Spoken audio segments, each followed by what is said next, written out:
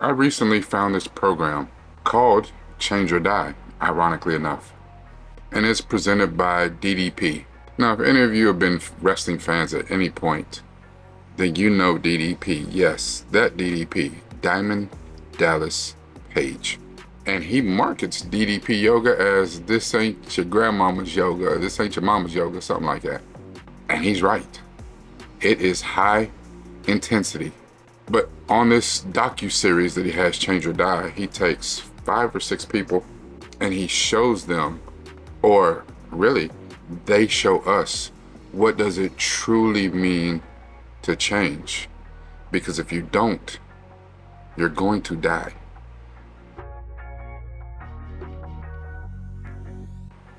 Hey, Gardner. This is Rakai Steve Newfoundlandville. Welcome back. I'm tackling a stark, undeniable truth. Sometimes life doesn't offer a choice. Sometimes it's a simple, brutal ultimatum. Change or die. You can stick to the old ways, cling to what's comfortable, or refuse to confront the hard facts. But at what cost? What happens when ignoring the truth, refusing to adapt, means the destruction of everything that you hold dear? How do you find the courage to face an uncomfortable truth? And what does it take to truly change when the consequences of not changing are catastrophic? I'm taking a media therapy deep dive into Doctor Who Season 12, Episode 3, Orphan 55. Now, this episode, starting as a fun holiday, quickly transformed into a sobering wake-up call. I'll explore how the Doctor and the companions battle not just monsters, but the devastating consequences of humanity's past choices. This episode doesn't pull any punches, delivering a powerful message about environmental catastrophe and the absolute necessity of radical change. I'll analyze the grim future presented in this episode and look at what does that mean for us now. Get ready to face uncomfortable truths and discover what it means when the only way to survive is change. Let me tell you a little story. I recently found this program called Change or Die, ironically enough, and it's presented by DDP. Now, if any of you have been wrestling fans at any point, then you know DDP. Yes, that DDP, Diamond Dallas Page. He matriculated through wrestling in the WCW and the WWE. And when he got started wrestling, he was actually a little bit older. And I remember an article maybe I read, or maybe an interview I saw with him, where he said one of the ways that he did, being that he was older than everyone else, to keep his body in shape and be able to withstand the bumps and bruises that he took in and out every night on the road wrestling, was that he started doing yoga. But if you know yoga like I know yoga, that shit's boring as hell. And he markets DDP yoga as this ain't your grandmama's yoga, this ain't your mama's yoga, something like that. And he's right. It is high intensity. But on this docu-series that he has, Change or Die, he takes 5 or 6 people and he shows them, or really, they show us, what does it truly mean to change? Because if you don't, you're going to die. There's one guy on there that's like 500 pounds. It's a weird thing that it does to us as the audience. Like, I'm overweight. And when I watch a show, I see myself in that dude. I'm not 500 pounds. I'm not that close to it. But then again, I'm not that far away from it. Not nearly as far as I need to be. And you think, how does this dude let himself get like that? But then I think, well, how the hell did I let myself get like this? You can say a lot of things, and they can be looked at as this is real, this is what happened, or other people may look at it as those are damn excuses. Get your ass up and do it. And it seems like it should be that easy, and sometimes it just isn't. A lot of us have wants, things that we want to do, and we can't quite figure out why we can't complete that task. I don't want to be like this.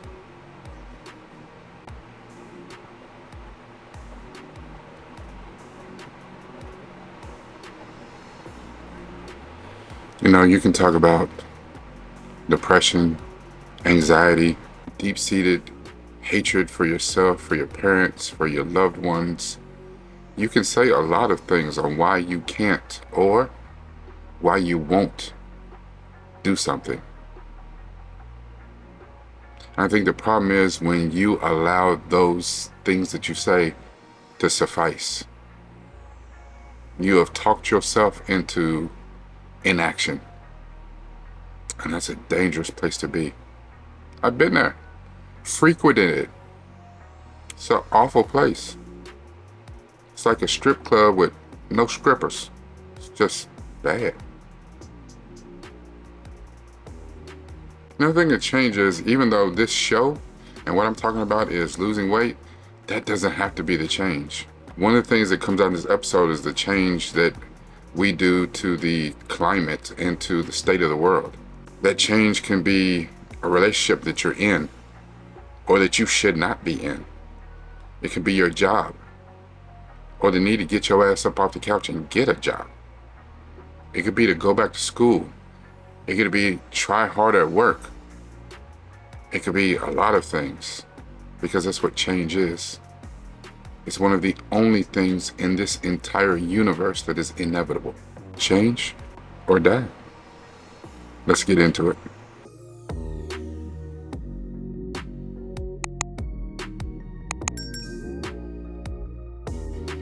Hello, Gabner. This is Rakai Steve Newfoundville. Today I'll be covering Doctor Who Season 12, Episode 3, Orphan 55. Now, if you've been rocking with me for a while, then you know I don't want to do a long recap. And my videos have been taking longer to get out because I've been trying to give you more quality over the quantity. But again, that's taking longer to get out, so I need to find the balance. So what I'm going to do is I'm going to give you a quick, like super quick recap. And then we're going to get into my points and then we're going to be done. Now, I want to remind you, as always, to make sure that you share this, to like it, to comment. Hit the comments up. And if you haven't subscribed, make sure you subscribe. Now, the Doctor and the companions decide to go to a spa, a tranquility spa. And they go on this little desolate planet called Orphan 55. And one of the reasons it's called Orphan 55 is because it's not claimed. It's not part of a federation of stars or, galaxy or any of that stuff. It's just a desolate, out of the way planet. Now, the spa is beautiful, but it's inside of a dome, like a, kind of Wakanda type joint. And the outside is terrible, damn near uninhabitable. Graham won this trip and he thought it'd be a nice idea for everybody to go on the trip. And it reminds me a lot of that episode called Midnight, back when David Tennant was the Doctor. All the guests inside the hotel soon find themselves under attack by some mutated, cannibalistic inhabitants called the Dregs. By the end of the episode, we realize that this planet, Orphan 55, is Earth. And the revelation is the Doctor tells them that this could be the Earth's future. So the future's not written in stone, but it could be the Earth's future if we don't make some drastic changes. The world was ravaged by climate change and then was left to the poor. The rich decided to just wall themselves off and fake it. Pretend that everything was all right as long as they were good inside their little walls. I know it's a Doctor Who episode and it's kind of heavy-handed. And I definitely don't like those heavy-handed message type. I don't mind the message. But when it's heavy-handed, I was like, really? You gonna spank us next? Now, those of you that know me know that I love my quotes. And I have two for you. The first one is by Charles Darwin. And he says, "It is not the strongest of the species that survives, nor the most intelligent that survives. It is the one that is most adaptable to change." The second quote is from Albert Einstein. And he says, "The measure of intelligence is the ability to change." And I'm going to call this Media Therapy Deep Dive, Change or Die. In this episode, the Dregs became a literal consequence of humanity's refusal to change. Orphan 55 shows a post-apocalyptic, ruined Earth. And we've seen that in a bunch of movies before. And I think sometimes when you see the post-apocalyptic world, you always take yourself out of it because that's not Earth. That's not my Earth. It's not the Earth I know. So, and a lot of times, the people who are in charge figure that as long as they're good, they don't really care about everybody else. The failure to change is more than just an inconvenience. It's a catastrophic, self-inflicted, end of species type event. You have to confront in this episode that the monsters here are not the dregs. The horrifying truth is that they are the product of humanity's past choices. 3 points. First, the root cause is the refusal to change. The story, as it unfolds, reveals like the ruling class refused to change their habits. They just didn't give a shit. And instead of fixing the planet's ecological crisis, they created these vacation spas as a temporary escape before ultimately evacuating and leaving all the poor people behind.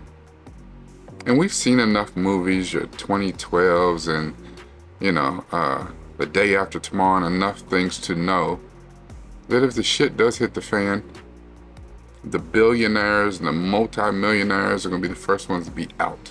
Because somehow, because they've hoarded the resource that we have now, they feel that they are worthy to live on. It doesn't mean that they're the best or the brightest of us. So they abandon the planet and they demonstrate that short-term consumption and selfishness take precedence over the necessary societal change. The second one is that the shocking truth, that was the change. We needed to change, but we said, nah, we're not gonna change. So here's the next part, the die. The doctor and the companions are in a tunnel, something, under the spa, and they find an old sign. And the sign just happens to be in Russian. And then they realize that Orphan 55 is Earth. And the dregs are what's left of humanity. This is the physical evidence in the change or die, because we didn't change. And millions, billions of people died. Humanity failed to change, they failed to adapt, and they failed to correct their destructive path. And we think that we belong amongst the stars. If you believe in aliens, thank God they haven't come here yet, or if they have, that they don't want nothing, because we don't have anything to offer them. We're like locusts. We're more a virus to this planet than its inhabitants. The third thing is the doctor gives this final ultimatum. And, every doctor is good for one of these emotional monologues. So the doctor's in TARDIS, and the companions are, needless to say, every episode they run for their life, but needless to say, to find out that this is what has happened to Earth and this is what has happened to humanity, they're like, what is the point? And they're depressed. And the doctor gives this rousing emotional speech. And she says, the future is not fixed. It depends on what actions you take now. And as the audience, we should hear that to heart, and we're like, you know what? She's right. I'm going to do something. I'm going to change things now. I'm going to put stuff in the right garbage can, and I'm going to recycle, and I'm going to do my part. It's like New Year's resolutions. You all say that you're going to do something at New Year's, and then how long does it actually take before you forget all about that new gym membership you just got? You're like, every year you say, this is going to be my year. And then how long does it take before the year grinds on and you're like, this year sucks. I can't wait till next year. Think about changes. Change is hard. It's hard as hell. How could you wait till next year if it's July? You're going to throw away the rest of the year on the slim to none chance that January the following year is going to be better? It's not. Because you're not. Your attitude hasn't changed. Your outlook hasn't changed. The key to survival, the key to intelligence, is your adaptability to change. That's what Einstein said. I think I'm pretty smart, and I've adapted and changed a lot. But you also have to be 100% cognizant and realize that you haven't changed in all the ways and all the places that you need to change. And that's key. This episode is about the doctor saying that the burden And the power to choose change lies in humanity's hands. Now, that's a big task. But how about we break it down so it means something to you? The power to choose change. The burden, but also the power lies in your hands. What are you going to change about you? Starting now. This is Rakai Steve, new from the Ville. Make sure that you like this. Hit the like button. And I need you to share it. Share with your friends, share with other people you think might really like the message that's said here. If you haven't commented, make sure that you comment. You ever had some situations where you found that you needed to change or things weren't going to go well? What are some things that you've been resistant to change about? And remember, if you haven't subscribed, it's not too late. Hit the button, subscribe. Make sure you watch all the videos. There might be something in there that actually really resonates with you. At the end of the day, it's all about this. But it makes even more sense when you put this into it.